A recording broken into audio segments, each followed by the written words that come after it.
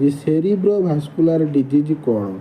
ସେରିବ୍ରୋଭାସ୍କୁଲାର disease ହେଉଛି ଏମିତି ଗୋଟିଏ କଣ୍ଡିସନ୍ ଯାହା ଆପଣଙ୍କର ବ୍ଲଡ଼ ସପ୍ଲାଏ ବ୍ରେନ୍କୁ ଯେତେବେଳେ ଯାଉଛି ସେତେବେଳେ ଇଣ୍ଟରପ୍ଟ ହେଉଛି, ମାନେ ବ୍ଲକେଜ୍ ହେଉଛି।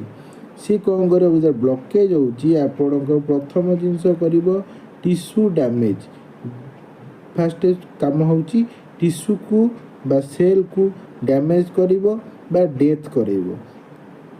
এইটা ହେଉଛି ପ୍ରାଇମେରୀ ବୁଝିବା ପାଇଁ ଯେ ସେରିବ୍ରୋଭାସ୍କୁଲାର ଡିଜିଜ୍ ବା ହାର୍ଟ ଷ୍ଟ୍ରୋକ୍ କ'ଣ। ତାପରେ ହେଉଛି କେତେ ପ୍ରକାରର ଆପଣଙ୍କର ହାର୍ଟ ଷ୍ଟ୍ରୋକ୍ ରହିଛି। ପ୍ରଥମ ହେଉଛି ଇସ୍କେମିକ୍ ଷ୍ଟ୍ରୋକ୍।